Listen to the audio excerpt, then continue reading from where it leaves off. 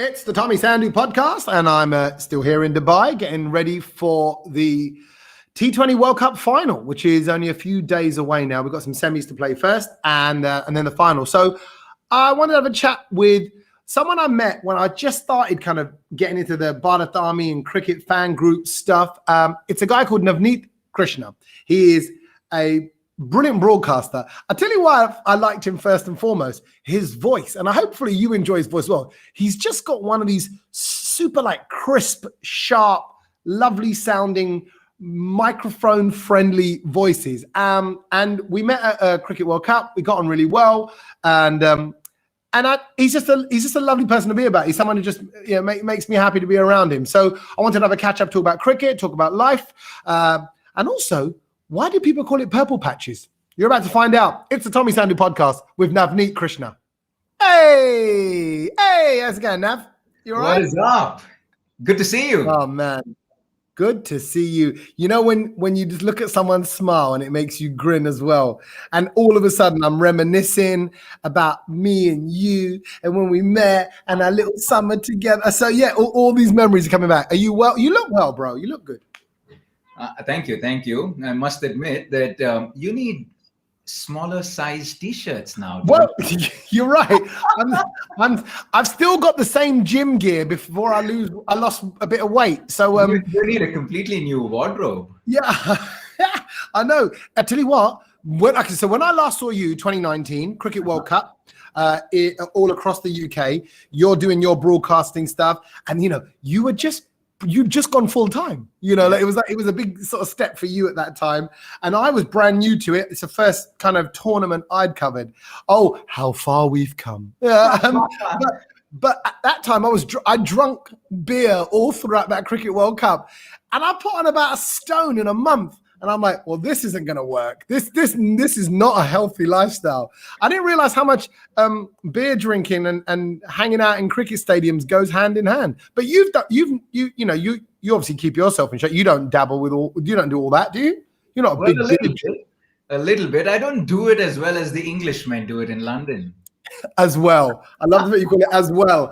I'm just an amateur. I know I'm in lower leagues when it comes to beer drinking. Now you're right. If there's one thing the Brits do well, we drink beer, and combine that with being Punjabi, it's dangerous. But it's good to see, I suppose, things going so well for you and all that. But before we get to all that and cricket and career and all that, happy belated sort of Diwali.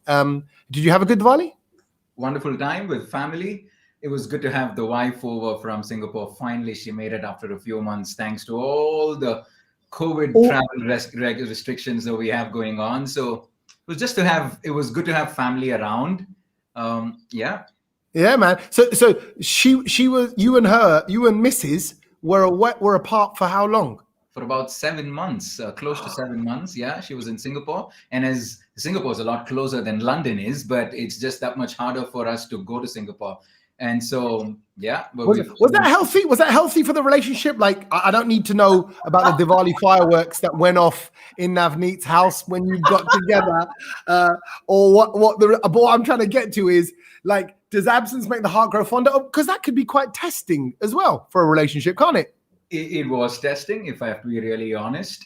Sometimes I just think long distance in itself is unnecessary, really, because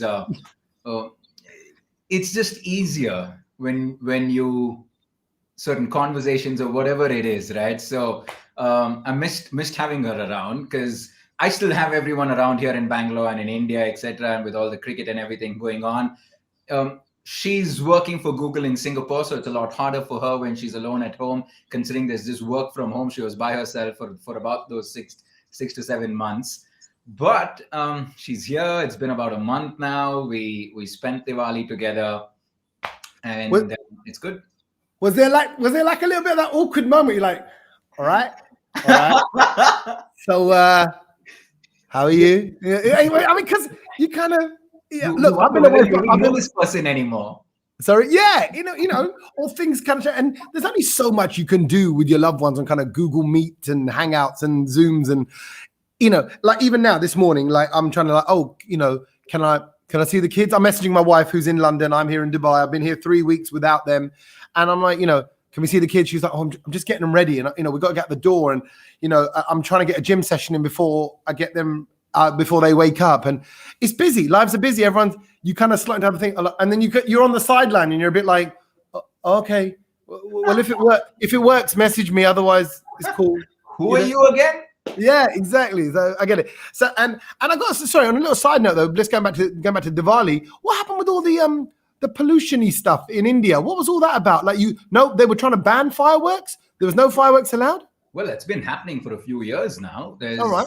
Yeah, fireworks still does happen in India, but it's not even close to what it used to be maybe 5 to 10 years ago. I would say maybe 10% of it. That is it, because Diwali's changed a lot, just in terms of creating awareness, in terms of air pollution, climate change, and everything else that's doing the rounds. I think people are a little more sensitive to these topics now, and thereby a little more sensible in the topics that in the way they celebrate festivals.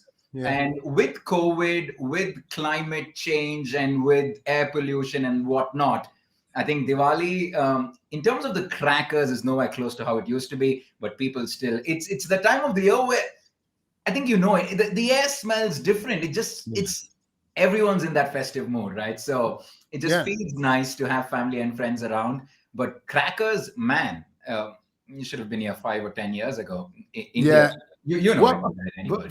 I was looking at stuff online about it. I saw some of the stories, and they said actually the same applies to like the 4th of July in America, and how the smoke from all the fireworks, it can trigger asthma, it can pollute lungs, it can lead to like some serious stuff. But obviously, I don't trust news media and agendas. Some people go, oh no, it's a clamp down on our freedom, and others are like, no, people need to be educated on what the effects of this are and all that. But it's serious. I didn't realize. I'm like, I just thought this is my naivety to the subject. I thought fireworks smoke isn't like dangerous smoke because it's pataka smoke. We know that car fumes are dangerous, or we know that factory fumes are dangerous. So anyway, I'm glad you enjoyed it, and I'm glad you had your own fireworks of your own there, little rude boy. Yeah, I'm not saying anything. No, of course not. But I'm sure there was smoke. No, I'm joking. Let's get on to talking about some cricket stuff, because again, real talk. When I met you, I was brand new to cricket. I never played cricket as a kid. Wasn't really into it. I told you that at the time. When we were meeting around the Cricket World Cup, I said I like the fan stuff. I like to be about the people. And you, for your love of the game, you'd quit your job and gone full-time broadcaster, commentator, obviously connected to RCB as well. And now, I've been across a lot of the IPL action this year, particularly, and last year to some extent.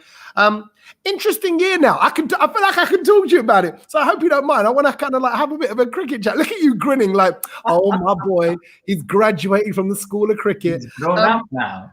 But yeah, I've grown up. Well, I won't go that far, but I know a little bit about cricket now. But obviously, your team's RCB. Thank you. I've still got my RCB jersey, by the way, that you gave me.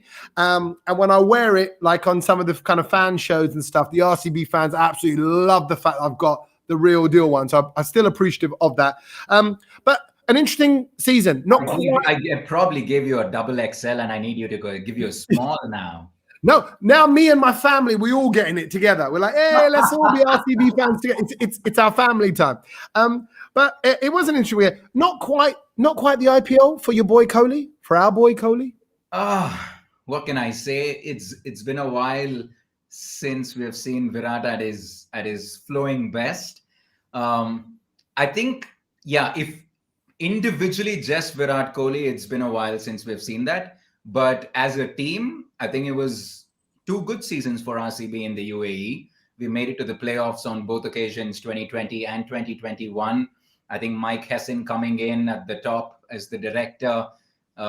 He's quite a smart guy, is Mike, and he knows what he's doing. He knows what the team needs. And with just the way the new players came in, and suddenly we saw a new RCB on the field. I think for the team, they had 2 good seasons. Unfortunately, in both years, we got eliminated in the eliminator.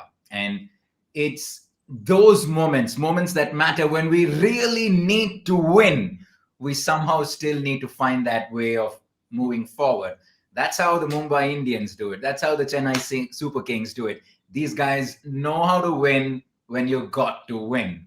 And I think the fact that we're getting more experience playing some of the playoffs games now is going to make RCB stronger, because for a period of about 3 to 4 years, from 2017 to 2019, 3 years, we didn't have the best of times. 2016 was when we made it the final. Virat Kohli was godlike, and he did everything that nobody else could do.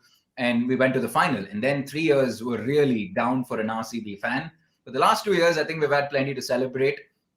But you want to see Virat Kohli, get some runs. It's been a while.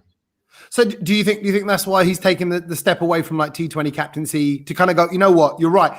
I'm sure everyone, all these comments, I'm sure he's well aware of the fact that he's not at the kind of level he can be, or the greatness on a regular basis, on a consistent level. So is that what this is about? Kind of like, look, I need to shed some of the responsibility, and therefore I can now get back to the game. Well, what's going on? Well, I know as much as every one of you all know as a cricket fan in terms of what he said to the media in that video that he put out. And honestly, and the first word that he told Harsha Bhogle in that last game, just in the World Cup, he said, Harsha asked him, how are you feeling? And the first word that came to his mind was, I was relieved more than anything. Wow. And that just ties back to what you're saying, Tommy. The man's been carrying a lot of load. He's been carrying, well, more than anyone else. You know what they say, right? The second most powerful position in India is, after the prime minister of the country, is the captain of the Indian cricket team, right? So the skipper is, he has one heck of a responsibility. And over a period of time, you probably forget the fact that you're also enjoying the game, but you're catering to these responsibilities more than enjoying the fact that you love playing cricket. And I guess maybe that was what it was for him. He's like, the workload was way too much. He's captaining India, he's captaining RCB, he's captaining all 3 formats all through the year. Let me take it down a little. There are other folks who can, take the boat forward. I'm happy to be the batsman that I am. And you know what? I'm super excited. Something in me tells me that you're going to see a Virat Kohli with the bat that you haven't seen for a while. And it feels like it's going to feel lighter on him. The fact that he doesn't have to think about other things. Someone else is thinking about everything else. I'm going to worry about my batting. And, I'll do what I love doing best, and that's score plenty of runs. You know what he needs? He needs like a boys' trip to Ibiza, or like, and now he does. That's what he needs. He needs to kind of go, look, just me and the lads, we're just going to go get a bucket full of beers, sit by the pool for a bit, do some bombs into the pool, like just die like this, just let off some stuff. I think he needs to come on holiday with me and you. We'll take him to like, Magaluf or somewhere really cheesy where all the Brits are all partying on the street, drinking shots and stuff, and go, just do that. Did you watch that? Sorry, a little side. Did you watch that Michael Jordan documentary? The one, it's not it was the Chicago Bulls one. And Dennis Rodman went off to Vegas midway. No one knew where he went. He didn't tell anybody. He told the coach, and he went, look, I need it. And the coach just went, Phil Jackson just went, all right, fair enough. You need it. I think Virat Kohli just needs to hit Vegas for a bit and just, I tell you what, I'd take responsibility of him. I'll make sure he gets back to his hotel at the end of the night. I promise. He's not playing the India-New Zealand tour, is he? He's not playing the T20s. He probably is listening to this podcast, and Virat, you know where we need to go. Let's go Vegas, and then Ibiza. We'll do both. And actually, talking about the other series and things like that. What went wrong in this series when he captained this T20 World Cup? Because you told me about RCB. What happened here? Again, this felt, how you described RCB there. It felt like us. Like when it counted, we weren't there. But yet on paper, like with RCB, the India squad, all the names, I'm happy with, but why? What do you see with your slightly more expert eye? Yeah, you know what? This is as a generic cricket fan, so take it for what it's worth. My opinion is that when India play World Cups right after the IPL, somewhere down the line they're out of steam. And I'll be honest, it probably is an unpopular opinion. I'm not too sure if too many fans listening to this might agree, but that's just my take on this. the IPL takes a lot out of you mentally, physically. Well, and these bubbles are not going to do any good for you either, right? So you've already spent 2 months giving it your all, because the IPL is an important tournament, and trust me, every one of them take it seriously. It takes a lot of you mentally as well. And right after that, and if I can add to that, the split tournament this year as well. Exactly. So it's like, it's momentum. You get going, you stop. It's like on a treadmill. You press off and then have to get going again. That's doubly harder. 100%. And I just feel being relaxed physically and mentally before a big tournament like the World T20 augurs well for any team. And you know what we did in England, Tommy, earlier this year, the Test series? Obviously, you know it because you were closely following that. You guys were jumping in the stands because the team gave us so much to jump about. They were in England for a month with not much to do after the WTC final, right? And so that gave the team enough time to, you know what, get their bearings right, get accustomed to the weather there, whatever. In this case, there wasn't any weather accustoming to be done because they were already in the UAE.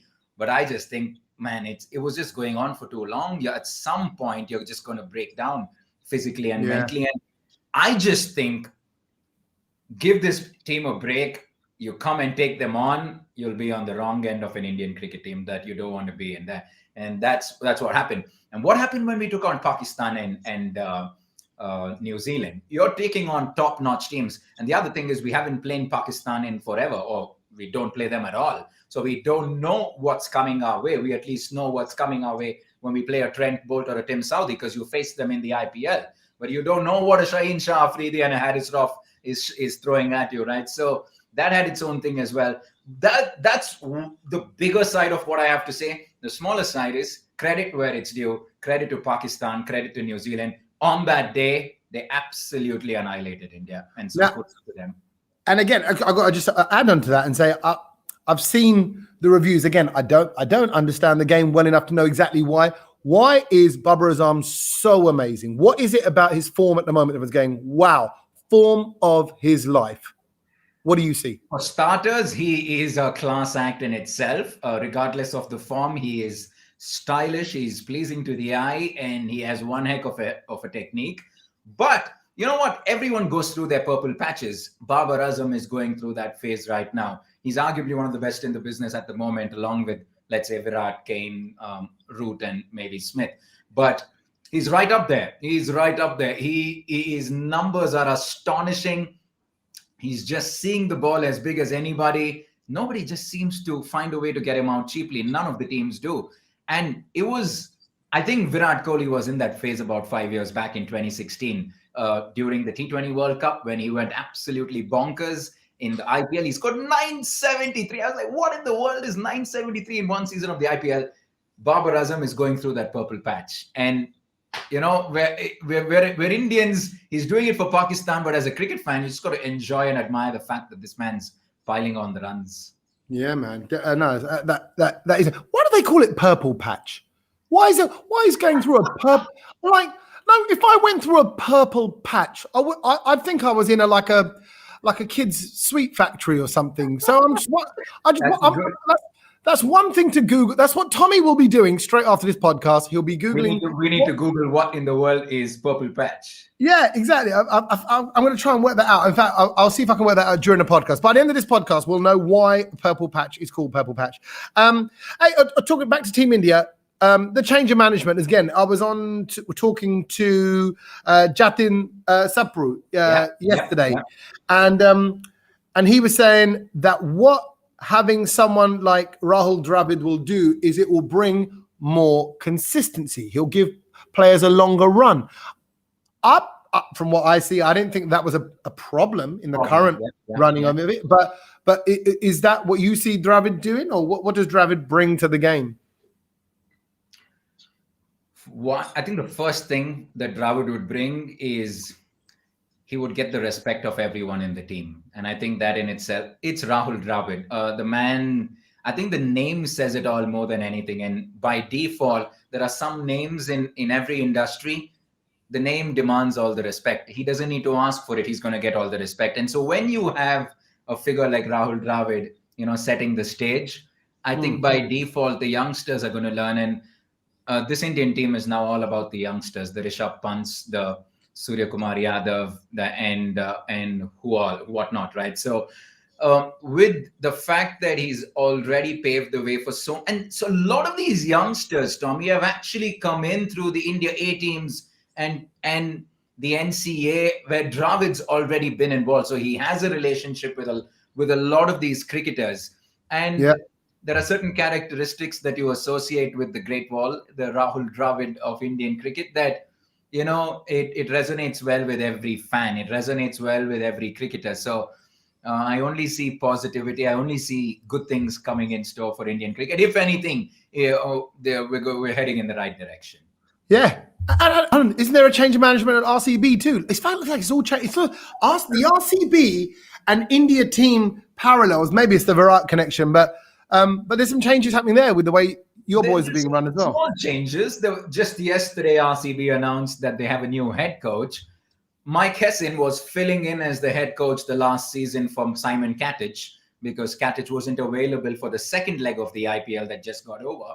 So Mike Hessin was the director and the head coach, but he's gone back to being the director of cricket operations for RCB. And the new head coach is Sanjay Bangar, who was the batting coach, the former batting coach of the Indian team and also RCB. So Sanjay Bangar comes with a lot of coaching experience, obviously, and he's not going to take the reins of head coaching the Royal Challengers. So exciting stuff there as well.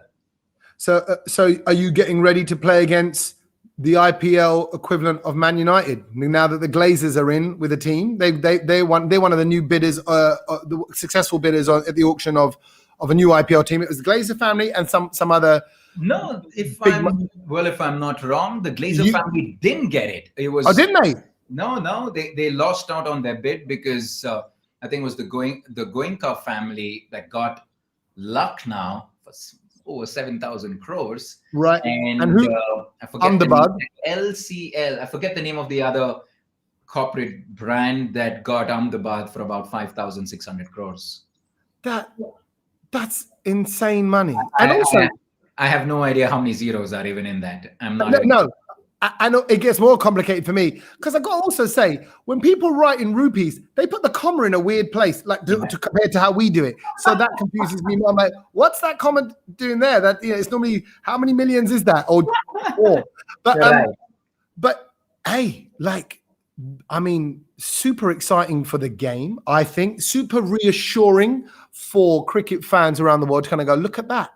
Like our game commercially now is worth something, which means players, which means eyeballs, which means better facilities, better care for the players as well. All of that is going to come with it with these two new Lucknow and Ahmedabad teams. And also good to see the Ahmedabad Stadium, 130,000 people, that being used on a regular basis. That'd be nice to watch regular cricket played there. That is one heck of a stadium. I haven't been there yet, the new stadium in Ahmedabad. But when it can seat 120,000 people, well, that's going to be a noisy place next IPL. And fingers crossed, you know what? I think we're done with the UAE. We want the cricket back in India, Tommy. Come on. Yeah. Everyone's done with Dubai for now. But look, mate, I've been out here, and I tell you what it is. They got the hotels. They got all the infrastructure. They got the service. And so many. I mean, it's not so many. 95% of all the working people here, I'm talking restaurants, hotels, taxi drivers, I mean, everywhere. It's Indians and Pakistanis. Mm-hmm. So those cricket players, teams, probably just feel quite comfortable. And they've got this lovely, shiny Dubai where everything is buffed up every day, So I guess, but I with the 130,000 seater stadium and other money going into the game in India, it's only a matter of time, I think, before it flits back home. It's the Indian Premier League. It's got to come back to India at some point. And the only reason, Dubai, if anything, is a fancy place to be hosting the IPL because, like you said, it's Dubai. It's one of those cities in the world that you want to host a big event, right? And the reason I'm saying that is because it's happened for 2 years now. I think the fans have had enough of it. I'm guessing even the players have had enough of Dubai. They want to be back home now. And I think everyone here is itching to go to that cricket stadium and watch a game of cricket. It's been a while. Yeah. It's like a holiday home. You can't live in your holiday home. You go there for a bit. You might even spend a whole summer there. But in the end, you got to get back home. You got bills to pay. You got bills to pay there. You got maintenance to do there. Jimmy, your wife's back there. So like, hey, get back home and go see your family and all your relatives as well. So is that something you feel quite strongly about? Actually, it's the first time I've even thought about that. That actually, I can't imagine like the football Premier League, the English football Premier League, in Dubai. being played in, I don't know, I'm trying to think what would be the equivalent of Australia, for example. Yeah, which is like a fellow speaking, country, same language speaking country and all that. Mm-hmm. But it would be odd. That would be odd. It would be, yeah. And do you feel, is that a thing? Like, do you feel a lot of people feel like, hey, come on now. We've had a bit of time in Dubai, time to bring it back. So the good thing is it's the Indian Premier League, and we have more Indians in every single little centimeter in the world than any other country. So even if the IPL is in the UK, for example, those stands are going to be filled with Indians. So to the viewer on the TV, it won't be the same, but it'll be sort of similar because there's going to be enough noise after all. But it isn't going to be the same as having it back at the Chinnaswamy Stadium here. I will promise you this, Tommy. And here's the thing, the next time RCB is playing at the Chinnaswamy, you have to make sure, or I'm going to try my best to get you down to India, and we both will go watch that game. Virat Kohli batting on one side, AB de Villiers batting on the other side, 45,000 fans at the Chinnaswamy. I kid you not. There isn't a better atmosphere in the game of cricket. Ooh. It is absolutely insane. The ceilings shaking when they go A, B, D, A, B, D. And the next thing you know, the Superman hits a six above the... It's absolutely insane. I love it. And that's what I love. I love the noise. I love the theatre. I love all the fans together. I love that rumble that you get. It's brilliant. No, it's great. I'm sold. Who's going to win on Sunday? Who's going to win in this T20 World Cup? Wow, that's a tough question. Who's going to be in it? We don't know that yet. We don't at this moment. It's New Zealand and England and Australia and Pakistan. So something tells me Pakistan is going to get the better of Australia. That's one. England, New Zealand. England, I think, will start as favorites just a tad bit more, but I think the Kiwis are winning that game. The English might start as favorites.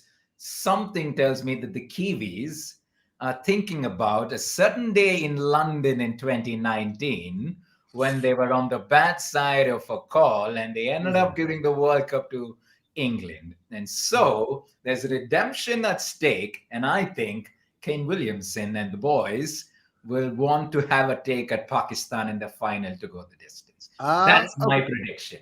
Okay, just a kind of a connected question then. Based on what you've seen so far in the T20 World Cup, who deserves to be in that final? Because I would say that's an England-Pakistan. That's England-Pakistan. That's England-Pakistan. It's fairly straightforward, yeah.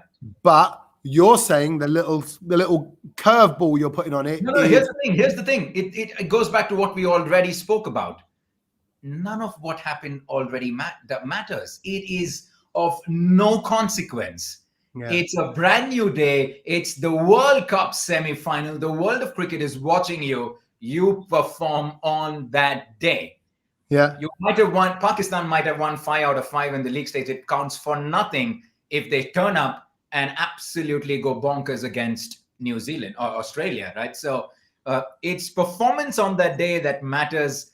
I just think that the Kiwis might just take it over England. And I think Pakistan are red hot at the moment and they may go past Australia. I may be wrong because they're 4 top-notch teams, but my prediction is a Pakistan-New Zealand final. Okay. And finally, just before I let you go, purple patches, which are also... Sorry, I've got to do this. Purple patches, which are also sometimes called purple passages or purple prose, were originally a figurative reference to florid literary passages added to a text for dramatic effect.